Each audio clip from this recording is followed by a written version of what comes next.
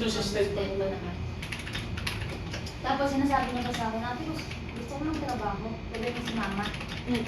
Bah! Ayaw ko kasi yung ano ko, preference ko, magtatrabaho ka, makakakita ka naman ng iba. Magpapabuntis ka naman, ihahatid mo naman doon sa parents natin. Ay, huwag ka na magtrabaho, dyan ka na lang.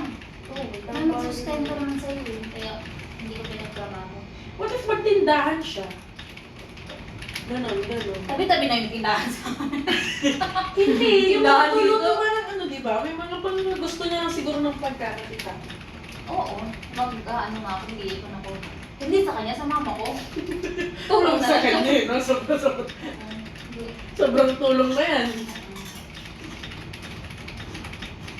Oo, Kung sa hindi mama. lang yan nag-asawa, dalawa lang sana kami ngayon. As in Oo, talaga. di ba? Tutulungan kayo. Kaya ngayon, na ano pa, cargo ko lahat eh. Hirap. Grabe, hindi ba? Pero wala, ginagawa ko naman lahat eh. Oo, yun. Kumaga kung So, napa-experience ko din sa kanila ko yung mga hindi ko na-experience, yung mga ganun. Truly. Kasi ang sarap sa pakiramdam.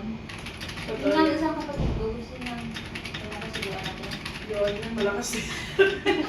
Ano nga eh. Di ba? Ano mo na yan? Ano mo kahamba? Masama yung loob mo. Hindi ka pa sumama.